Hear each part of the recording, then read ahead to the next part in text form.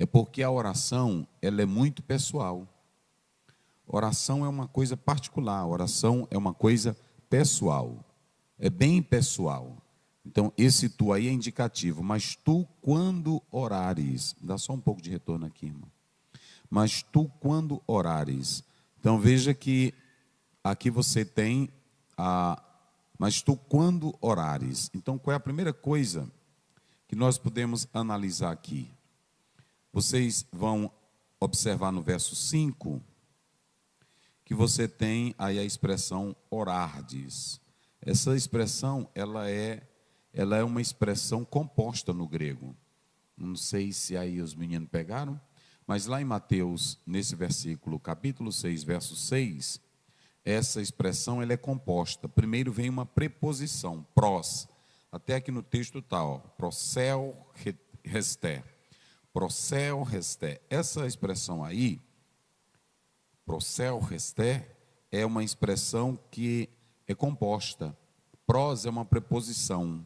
Ela indica direção, para. Se vocês observarem isso no texto, ela quer falar isso para nós. Para. Então, ela está indicando que a pessoa está indo em direção a algo. Está aí no próprio texto bíblico, ok? Ela pode significar em benefício de, ela pode significar perto de, ou então ela pode expressar aproximação. Esse é o sentido dessa primeira palavra da oração. E aí nós temos em segundo lugar a outra expressão que está aqui no texto bíblico. Essa segunda expressão que aparece no próprio texto bíblico, ela vai dar a ideia de orar, de pedir, de orar, de pedir. Esse é o sentido que aparece na segunda expressão, ou desejar. É uma expressão aí no original, no grego, que na verdade fala de aproximação, certo? Então, esse é o sentido da palavra oração que está aí no texto. E quando orares, ou seja, a preposição para em direção a, ela expressa algo que vai ser em benefício da própria pessoa. E aí você tem eu romai, que é uma voz média, quer dizer aí, essa expressão, ela quer dizer orar, ela quer dizer desejar. Então, pros é em direção a, eu romai é desejar, é pedir, é orar. Então, quando eu me dirijo para, está aí, essa a primeira palavra, a segunda, a terceira, pode marcar ela aí, para ficar melhor para explicar aos irmãos, ok? Isso, essa palavra aí. Prosel resté. Alguns fazem a expressão prosel quester. Essa expressão aí, no texto, essa primeira palavra, pros, é a expressão que eu estou dizendo, é uma preposição, para. E a segunda é desejar, a segunda é orar. Então, pros fala em benefício de. Então, quem ora, está orando em benefício de si. Esse é o sentido. Ok? Então, primeiramente, você tem aí essa definição da palavra oração. Proskuneo é tipo também dobrar os joelhos, fala disso aí. Agora, o Senhor Jesus Cristo, ele fala sobre essa questão da oração, quando vocês orarem. Então, a primeira coisa que nós temos que analisar é que algumas coisas marcam a oração. Eu quero que vocês digam comigo bem forte. Eu pontuei aqui, digam comigo, confissão, bem forte, confissão, adoração, comunhão, gratidão, petição pessoal, intercessão pelos outros. Olha, nós temos aqui o que caracteriza uma oração. Primeiro eu dei uma definição no texto original, e agora eu estou procurando pontuar para os senhores o que é, na verdade, a oração. Pastor, o que é uma oração? Eu estou colocando aqui tudo à luz da Bíblia. Confissão, Salmo 51. Quando você vai para adoração, Salmo 95, 6 a 9. Comunhão, Salmo 103, 1, 8. Gratidão, 1 Timóteo 2, 1. Petição pessoal, 2 Coríntios 12, 8. intercessão pelos outros, Romanos 10 primeiro. Tudo isso aqui, gente, é oração. E eu quero que cada irmão entenda isso, porque de cada personagem, aqui nós vamos falar de sermões biográficos, não é o sermão textual e nem um sermão expositivo, é um sermão biográfico. Nós vamos aprender com as biografias dos homens de Deus na história para o estímulo da nossa fé, ok? Mas há elementos necessários para que a oração seja respondida. Perceba que eu falei definição de oração, natureza da oração. Vocês já sabem, oração é confissão, oração é comunhão, oração é intercessão, mas há coisas que são necessárias para que a oração ela seja respondida. Se vocês analisarem Salmo 66, 18, a oração para ser respondida tem que ter purificação. A oração para ser respondida, ela tem que ter união com Cristo. João 15, 7. A oração para ser respondida, ela tem que estar submissa à vontade de Deus. Ouçam bem, pastor, o que eu faço para a minha oração ser respondida? Eu estou falando à luz da Bíblia. Primeiro, tenha uma vida purificada. Quem tem lábios sujos, quem tem vida comprometida, não pode ter as suas orações respondidas. Não pode ter. E aí eu coloquei Salmo 66, verso 18. Vida em união com Cristo. Jesus disse que aquele que não está ligado nele, está aí, ó, o Jorge já colocou aí. Olha aí, se eu atender a iniquidade no meu coração, o Senhor não me ouvirá. Deus não vai ouvir, isso é bíblico, gente. Por que eu estou dizendo aqui? Porque tem muitas pessoas que não conhecem a Bíblia e falam de maneira errada sobre a oração. Aí você pode colocar João 15, 7. Jesus Cristo, ele está falando que é preciso união com Ele. Olha aí, se vós estiverdes em mim. Olha, isso aqui é lindo, isso aqui é lindo, isso aqui é lindo. Se vós estiverdes em mim, e o que mais? As minhas. Às vezes tem irmão que quer que a oração seja respondida, mas as palavras de Jesus não estão no seu coração. E quem tem de fato a palavra de Jesus, quem conhece a palavra de Jesus, nunca vai orar contrário às palavras de Cristo, que é a Bíblia Sagrada. Aqui está um elemento fundamental para a sua oração ser respondida. Se vós estiverdes em mim e as minhas palavras estiverem em, aí sim, pedireis tudo. O segredo é que eu poderia, por exemplo, eu poderia dizer assim, se é para pedir tudo, então eu poderia dizer, Senhor, me dá o Brasil já estaria salvo.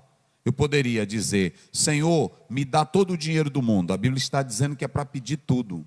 Mas o que nos limita nesse tudo aí? Se der para marcar esse tudo aí, Jorge, marque aí. Vamos lá, eu quero a participação da igreja. O que nos limita nesse tudo aí? Vamos lá. Observem bem que aí você tem a construção. Quando a gente lê, quem é professor de português, sabe muito bem que a nossa gramática ela tem 3 pilares, né? Tem a parte da fonologia, tem a parte da sintaxe e tem a parte que, na verdade, envolve a morfologia.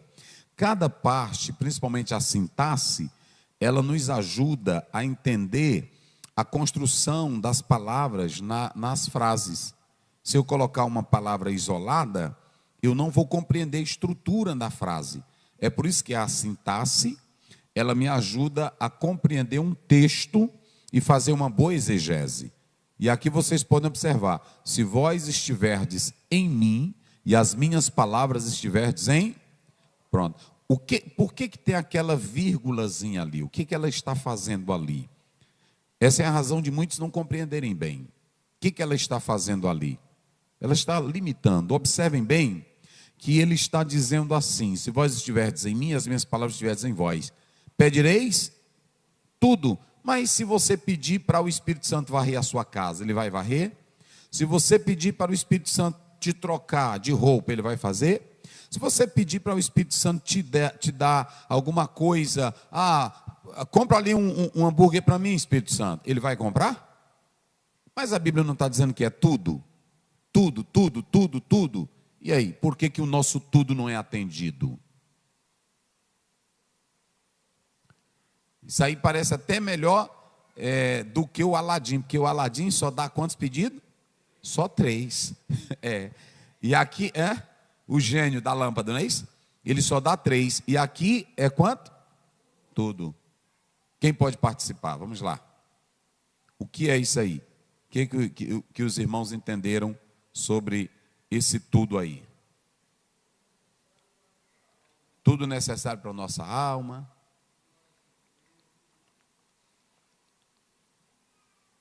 Como é? Não entendi, não. Tudo que glorifica a Deus. Gente, a resposta está bem aí no próprio texto. É só isso. É só o que está na palavra, gente.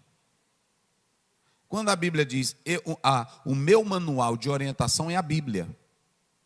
E a Bíblia, ela vai me levar a compreender o que eu devo orar conforme aquilo que está na palavra. Se você pegar Mateus 6,13, diz assim, porque teu é o reino, a glória e o poder. Então eu não vou pedir poder para mim, de quem é o poder? Eu não vou pedir glória para mim, de quem é a glória? Eu seria um tolo se eu dobrasse o joelho e dissesse, Senhor, me dá glória, me dá poder. Não, eu estaria sendo um tolo. A minha Bíblia diz claramente que o poder e a honra pertencem a quem? A Deus. Agora, se você pegar, vamos só pegar aqui um exemplo. Quando você vai para Mateus 6, no próprio texto, Jesus vai dizer, não andeis ansiosos, porque o Pai sabe do que vocês necessitam. Ele sabe que precisa de roupa, ele sabe que precisa de alimento, e ele dá aquela lição. Então, se eu for inteligente, eu vou orar priorizando o reino, e não priorizando coisas. As coisas, elas são uma consequência daquilo que eu vivo na palavra. Timothy Keller, eu não sei se o Jorge pode conseguir aí na internet, só para colocar aí para os irmãos, a oração, Timothy Keller, me parece que é esse livro. Ele disse que arranhava os salmos e pensava que sabia orar. Mas quando a esposa dele adoeceu, e também veio aquele período do ataque terrorista nas Torres Gêmeas, lá dos Estados Unidos, então ele disse que começou a compreender e a se dedicar à oração. E ele fez, na introdução do livro dele, ele faz um apanhado sobre o que seria a oração. E ele faz 3 colocações sobre a oração. Então, às vezes, nós pensamos que sabemos orar, e nós não sabemos orar como convém. É por isso que eu tenho que ir para a palavra vai me ajudar, a palavra vai me orientar. E Jesus, nesse capítulo, ele ensina tudo sobre a oração. Então, a primeira coisa que nós podemos observar aqui, é que a oração, volta lá para o texto, quando ele diz tudo, ele começa a construção lá em cima, dizendo claramente, se vós estiverdes em mim, e as minhas palavras, ou seja, eu não vou pedir nada que não esteja na palavra, eu só vou pedir aquilo que está onde? Na palavra. Daí a importância do cristão orar com a palavra, ok? Então, nós podemos ver aí, tem que estar limpo. Submissão, vamos lá, João 5,14, 1 João 5,14. Aí vem o segredo da tua oração ser respondida. Lê aí, pastor, como é que diz? Vamos lá. Rapidinho, tá aqui, ó, pega aqui, vamos lá. Só para os irmãos entenderem.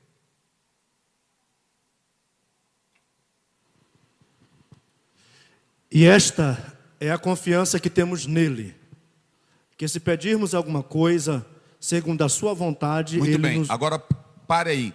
Qual é a vontade dele? Onde é que está a vontade dele? Hein? Onde é que está a vontade dele? Mas todos nós oramos Mateus 6,10. Venha o teu reino e seja feito o quê? E onde é que está a vontade de Deus? Então eu só oro uma oração besta, tola, se eu quiser. Porque a minha oração tem que estar baseada na palavra. Se as minhas palavras estiverem em vós, o grande problema é que muitos crentes não têm a palavra e nem gostam da palavra.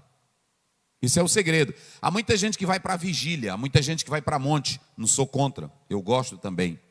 Mas tem muitos que vão para o monte, para a vigília, mas não conhecem nem sequer um versículo da Bíblia Sagrada. E aí fazem oração de louco, oração sem sentido. Olha, a tua oração ela tem que estar submissa à palavra de Deus, submissa à vontade de Deus. E a vontade de Deus está na palavra. Quer conhecer a vontade dele? Leia a palavra. Quer conhecer a vontade dele? Se submeta à palavra. Então é muito importante isso. Mas eu não vou falar tudo aqui para não entender. Outra coisa, a tua oração não é respondida se você não tem comunhão com o irmão, até com a esposa. 1 Pedro 3,7, coloca lá. Veja o que atrapalha as nossas orações. A gente pensa que é brincadeira isso. Há muitos crentes desmantelados, há muitos crentes errados, há muitos crentes de vidas complicadas, e não está em comunhão com a igreja, não está em comunhão com o pastor, líderes que também querem mostrar religiosidade, mas a oração não sobe. Olha aí o que diz. Igualmente vós, maridos, coabitai com elas com entendimento, dando honra à mulher como vaso mais fraco, sim, como sendo vós os seus coerdeiros da graça da vida, isso, para que não sejam impedidas as vossas orações. Se você não fizer isso aí com a sua mulher, o céu já está fechado para você. Não sou eu, é a Bíblia que está dizendo isso. Então, oração não sobe quando você não está bem nem com a sua esposa. Está aí na Bíblia. É necessário o espírito de perdão, é necessário o espírito de comunhão. Ok? Então, vamos voltar lá para o texto, só para a gente seguir aqui, para começar aqui o nosso estudo. Primeiro eu estou dando uns apontamentos bíblicos. Vamos lá, coloca lá, Jorge, o verso 6 agora. É aí mesmo.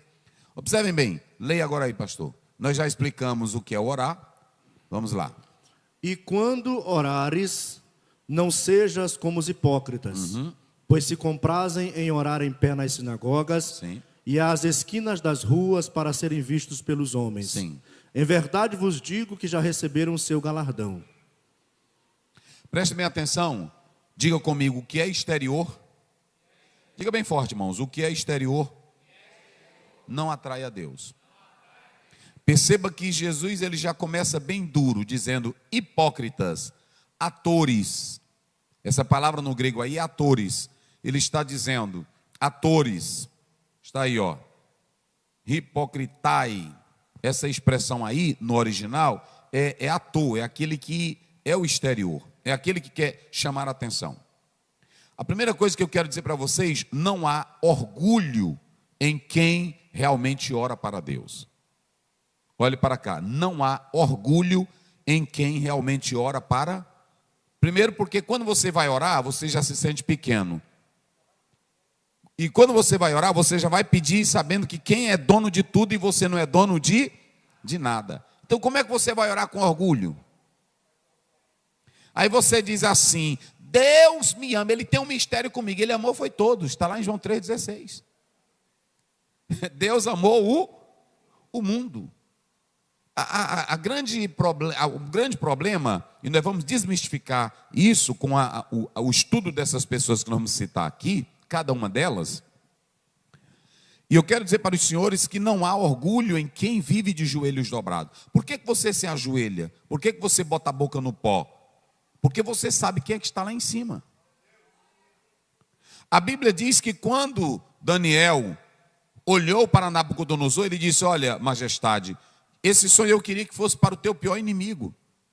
Mas você se ensoberbeceu, você se orgulhou e não reconheceu a grandeza de Deus. Ele dá o reino dele a quem ele quer. Só para te ensinar, tu vai comer capim como boi. E a Bíblia diz que quando os sentimentos e os pensamentos voltaram, aí o rei entendeu que o Deus dos céus era quem tinha lhe dado o reino e ele era quem estava no controle de tudo. Então, quando você dobra o joelho, olha, irmão, vou dizer uma coisa aqui para os senhores, para um homem de Deus, para um doutor, para um médico, para uma pessoa, dobrar o joelho e dizer assim, eu não sou nada, Senhor, eu estou na tua presença. Aí o Senhor Deus responde, porque você sabe a quem está se dirigindo, Pai nosso que está nos, e você já sabe que dele é a honra, dele é o poder, dele é a glória para todo sempre. Então qualquer irmão que tem um espírito de orgulho, o espírito de vaidade na oração, não vem de Deus. Jesus chama de como? Hipócritas. E aí o que acontece? Quem não tem nada de Deus, usa o exterior. Olhe para cá. Quem não tem nada de Deus, usa o exterior. Lá em Mateus, do 10, 8 a 9, Jesus diz, de graça receber. E de graça o quê? Então, se eu chegasse aqui para vocês e dissesse assim, olha, meus irmãos, Deus, Ele fala comigo, Deus revela para mim, nem todo mundo tem o que eu tenho. Eu estou desprezando você, estou com espírito de orgulho e de exterioridade. Eu estou dizendo que Deus só está voltando para a minha atenção porque eu sou mais importante que você. E só usa o exterior quem não tem nada de Deus, porque quer chamar a atenção. Quem é de Deus e tem de Deus não precisa chamar a atenção, porque ele não quer chamar a atenção para si, ele quer chamar Deus para a sua vida. Olhe para mim aqui, ó. Nenhuma pessoa que vive de oração de verdade quer chamar a atenção para si. Então, cantor que chama a atenção para si, pregador que chama a atenção para si, profeta que chama a atenção para si, ele está apenas fazendo aquilo que é exterior. Como ele não tem de Deus, ele quer chamar para mostrar que tem Deus. Quem tem Deus não precisa mostrar, porque pelos frutos, Mateus 7,20, pelos frutos os conhecereis. Eu não preciso estar aqui no púlpito dizendo que sou de oração. Eu não preciso estar aqui no púlpito dizendo que Deus me usa. Eu não preciso estar aqui. Você nunca lê na Bíblia Elias dizendo, eu sou usado. Você nunca lê na Bíblia João Batista dizendo, eu sou usado. As pessoas viam pelos frutos que produziam. Então, quando você vê uma irmã, olha, Deus me usa porque isso, ela é hipócrita. Quando você vê um irmão, Deus é comigo porque ele faz isso, é hipócrita. Ele está usando o exterior para chamar a atenção dos outros. E quem tem Deus, quanto mais é usado por Deus, mais fica pequeno, porque sabe que só está ali porque Deus está lhe abençoando. E eu vou dar 2 exemplos para os senhores na Bíblia. Quando a multidão, em Atos 3, a multidão olhou para Pedro e João e disseram, varões, que começaram a olhar, por que vocês estão olhando assim para nós? Pensando que pelo nosso jejum, pela nossa virtude, pelo nosso misticismo, esse homem andou? Não, senhores, eles estão andando pela autoridade do nome de... Ou seja, eles não chamaram a atenção para si.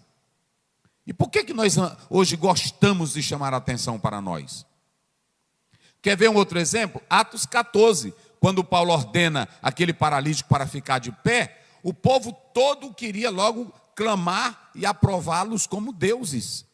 Aí Paulo disse, não, nós estamos pregando para que vocês sejam libertos dessa idolatria. Não há idolatria, é muito difícil. Quem gosta da Bíblia, pregar a Bíblia, vai aprovar essas coisas. Então, quem usa o exterior para chamar a atenção, vocês podem observar aí, vai ser apenas religiosidade. O texto mostra que aquelas pessoas gostavam de orar nos lugares mais públicos. Quais eram os lugares mais públicos que o texto fala? Praças e esquinas. Ou seja, o Senhor está proibindo a postura da oração? Não. O Senhor está proibindo oração pública? Não. Está lá em 1 Timóteo 2,8. Quero que todos vocês orem em todos os lugares, levantando o quê? Jesus orou publicamente, João 11. Ele orou lá quando Lázaro foi para ressuscitar. Jesus orou publicamente.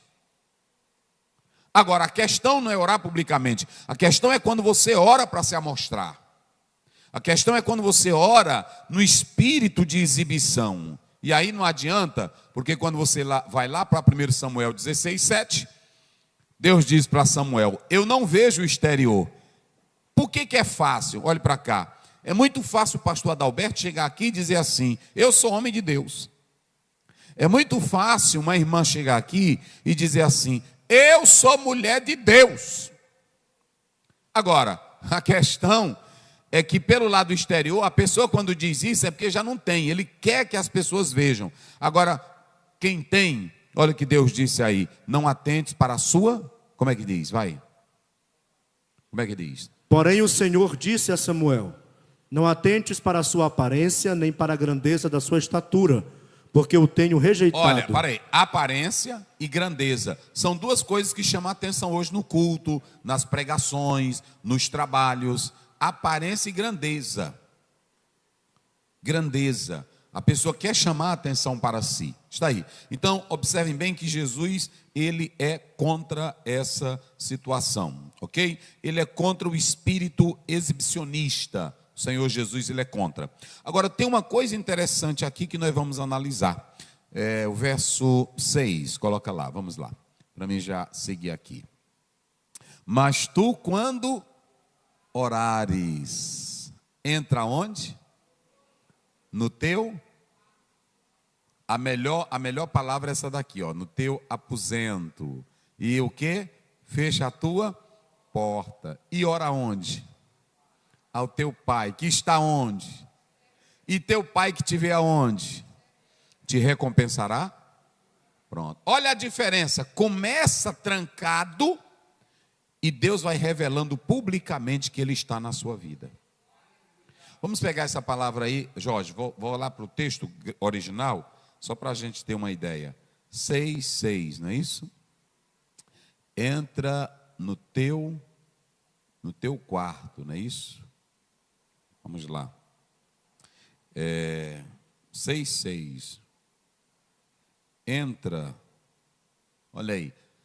Aí é no 6, deixa eu ver aqui. Ó, tá lá na primeira linha, a última palavra. Tameion. Isso, está aí. Tameion. Pastor Zé, o que é esse tameion que está dizendo? O tameion, irmão, por que era um aposento e não um quarto? Escute bem. É porque essa palavra aí era um local onde as pessoas guardavam aquilo que era de mais valioso, guardavam os tesouros. Tameion.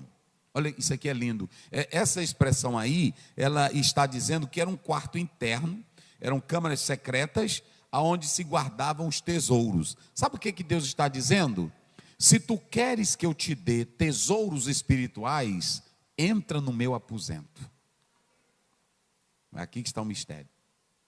Tu queres que eu te dê os tesouros dos céus, fica em secreto. Entra em secreto comigo. Quem quer ser usado por Deus? Nós vamos falar isso aqui. Uma quinta é o Apocalipse, e outra quinta eu estarei falando sobre isso aqui. Está aí. Tameion. Não era um quarto qualquer. Tameion era onde se guardavam os tesouros.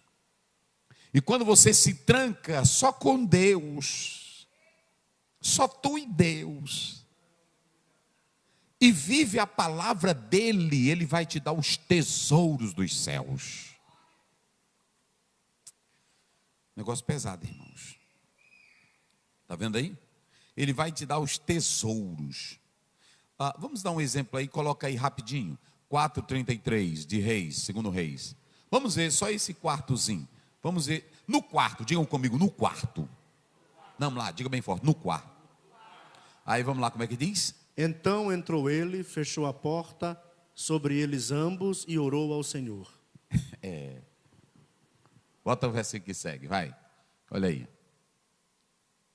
O que ele fez?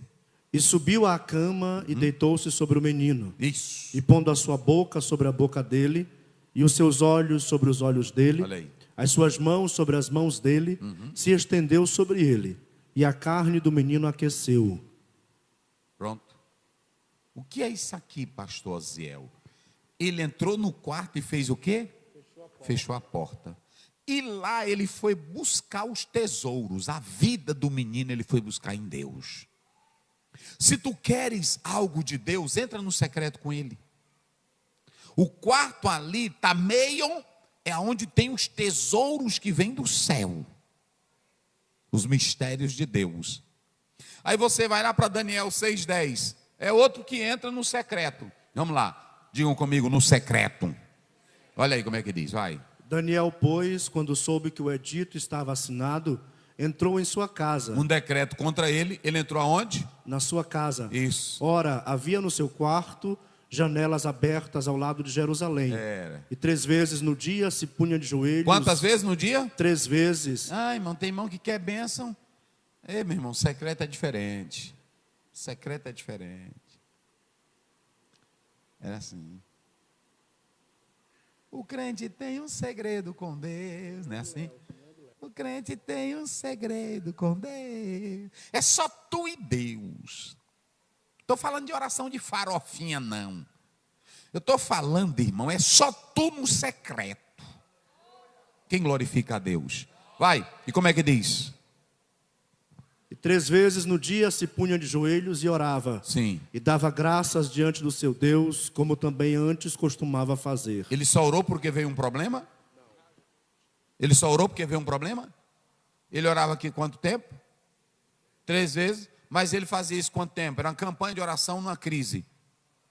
Hein? Todo dia. Vamos lá, para finalizar. Atos 9, 39, verso 40. Coloca lá. Vamos lá, 39, 40. Aqui é a introdução, hoje, desse quarto secreto. Vamos lá. Atos 9, 39, 40. Isso. Como é que diz? E levantando-se Pedro foi com eles. E quando chegou, o levaram ao quarto alto. E todas as viúvas o rodearam, chorando e mostrando as túnicas e roupas que Dorcas fizera quando ainda estava com elas. Isso, vai. Mas Pedro, fazendo sair a todos... Irmãos, é isso aqui que eu acho lindo na Bíblia. Parece que a gente lê a Bíblia e não compreende isso. Tem coisas que é no meu secreto com Deus. Eu pergunto aqui aos senhores e às senhoras, Pedro era homem de Deus? Sim ou não? Pedro fez o paralítico andar? Sim ou não? Fez, no nome de quem? Jesus. Mas aqui ele poderia agora dizer para aquelas mulheres, queridas irmãs, há uma unção redobrada em minha vida.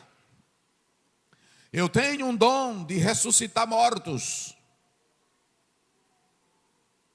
Eu estava indo para o templo e de repente um paralítico me tomou e me pegou e disse, me dá uma esmola. Naquela hora eu fui usado com uma unção tão grande e mandei o paralítico andar. Ele fez isso? Ele disse, bora irmã Chica, irmã Maria, irmã Francisca, irmã Luísa, cai fora. Aqui é só eu e Deus. Eita, glória a Deus. Entrou no quarto e fez o quê? Olha aí. Ele fez sair o quê? A todos. E pôs-se aonde? De joelhos. Pronto, só ele. Só ele. Aí ele orou. Aí o espírito voltou para onde? A menina. Aí ele disse, Tabita, levanta. E ela fez o quê? Abriu os olhos. E vendo quem? Aí, ó, assentou-se, vai, olha aí, ó. Acho bonito isso aí, vai. O outro versículo, Jorge. E ele, dando-lhe a mão... Por que o texto está aqui? Ele não fez força para levantar. Ele só vai dar a mão para ela depois que ela está o quê? Sentada. Ah, verdade. Para mostrar que ele não teve influência nenhuma no levantar dela. A Bíblia é linda, rapaz. É tudo nos detalhes. E aí ela ressuscitou. Aí abriu os olhos. Aí ele, dando-lhe a mão, a levantou. E chamando os santos e as viúvas. Aí a menina aí. E foi para casa, pronto. Se fosse eu hoje, não era assim? Já tinha escrito um livro. Esse aí não, era humilde. Vamos lá. Então, queridos, coloca lá, Jorge, na tela, rapidinho. Eu não vou falar todos os pontos hoje, só de alguns, porque não tem tempo. Tendo acesso aos mistérios de Deus. Aí eu pergunto aqui à igreja, aos irmãos, como é que a gente faz para ter acesso aos mistérios de Deus? Eu já dei o segredo. Qual é o segredo para ter acesso aos mistérios de Deus? No quarto secreto. Onde foi que Jesus disse, entra no teu e fecha a tua, e o teu pai que te vê em secreto, porque lá estão os tesouros de Deus. Quem quer os tesouros de Deus? Quem quer os mistérios de Deus? Observem bem. Queridos, vocês podem ler livros, vocês podem ouvir mensagens bonitas, maravilhosas, mas os mistérios de Deus, eles só podem ser acessados por onde? Pela oração. Se você quer ter mistérios, e eu estou sempre pedindo a Deus isso, Mistérios. Coloca aí Romanos 16, 25. Vamos ser breve aqui. Depois 1 Coríntios 2, 7. Vamos lá. Vai lá.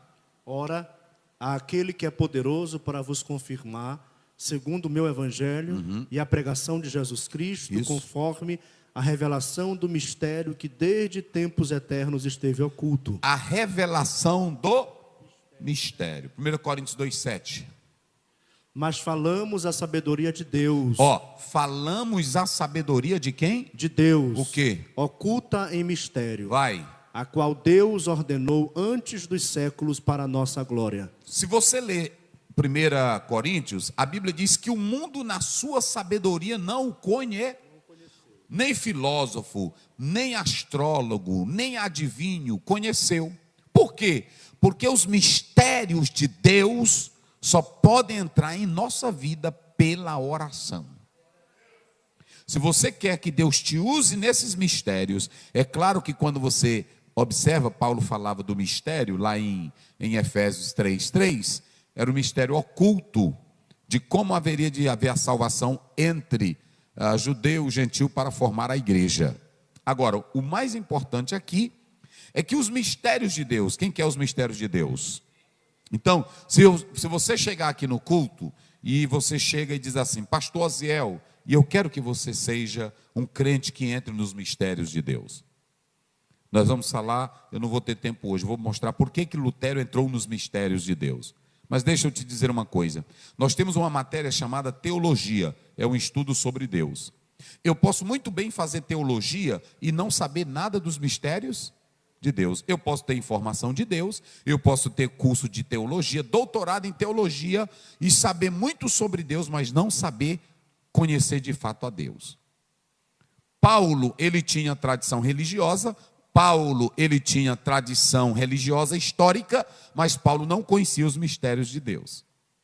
Uma coisa é eu conhecer um livro, uma coisa é eu fazer uma teologia, uma coisa é eu pesquisar, a outra coisa é o mistério pela oração chegar a mim. E o mistério só chega a você se você tiver sede. Olhe para cá. Há muitos crentes que chegam no culto como esse, e até no domingo, aí o irmão, cante um hino. Vocês podem observar que tem crente aqui, que se a gente cantar um hino bonito, tem crente aqui que para ele é meio que isso aqui. O hino não vai fazer efeito nenhum, porque ele não tem acesso ao quê? Aos mistérios de Deus. A alma não é tocada. É por isso que eu quero dizer para vocês que para a alma ser tocada, você tem que vir para cá e ter todo dia na sua vida o que diz o Salmo 42, 2. Coloca lá, Jorge. Olha o Salmo 42, 2. Todos vocês conhecem. Mas olha o que diz. A minha alma tem sede de Deus, do Deus vivo. Quando entrarei, me apresentarei ante a face de Deus. Se você não tiver sede de Deus, os mistérios de Deus não chegam na sua vida. Eu tenho que ter sede na oração, eu tenho que ter sede na palavra, eu tenho que ter sede dos mistérios de Deus, eu tenho que ter sede de Deus me usar, eu tenho que ter sede de Deus na igreja. Por que Deus não me usa, pastor Zé? Por que Deus não fala comigo? É porque você não tem sede. Jesus nunca disse assim, quem quer aprender vem a mim. Ele nunca disse assim. Não é assim? Ele nunca disse assim, quem quiser muita sabedoria, venham para cá. Sabe qual é o problema da igreja brasileira hoje? É que os irmãos estão indo ao culto só para ouvir um bonito sermão. Estão lotando templos só para ouvir uma pregadora engraçada, ou um pregador que tem muita informação e que te faça sorrir e que te faça te alegrar. Só que se você vier para o culto dizendo, eu quero é penetrar nos mistérios de Deus, sedento, o Senhor Deus vai te usar. Irmão, quem tem sede, Deus mata a sede. Agora Jesus diz, quem tem sede, vem a mim. Os mistérios de Deus. Aí sabe qual é o problema? Vocês querem que eu entregue um culto alegre para vocês. Vocês querem que eu fique aqui, olha você que veio aqui, eu quero te dizer que tem poder para ti, tem graça para ti. Eu posso dizer isso a noite toda, mas se tu não quiser beber, se você não tiver sede, meu filho, Tem crente que vem para cá, pega na Bíblia, parece que ele está pegando no manual qualquer, parece que ele está pegando num livro qualquer. A Bíblia dele é toda amassada. Ele passa 24 horas, não fala em Deus, não pensa em Deus, não diz nada para Deus, não conversa com Deus. E quando ele chega aqui na igreja, ele quer que eu seja um vendedor de Deus, um propagador de Deus. Olhem para cá, é só quem tem sede. Se tu quiseres entrar nos mistérios de Deus, tu mesmo vai entrar na tua casa e vai entrar na despensa dele, onde estão os tesouros dele, e vai dizer: me dá desse tesouro, papai. Me dá, Senhor. Quem tem sede. E há uma coisa muito interessante, irmãos, que eu quero dizer aqui para vocês. Não há como você entrar nos mistérios de Deus quando você está no nível da carnalidade. Diga aí para o seu irmão, eu vou encerrar nessa parte bem aqui. Diga aí para ele: não há. Diga na autoridade: meu irmão, tu pode se aquietar. Não vai ter mistério se você vive no campo da carnalidade. Não vai.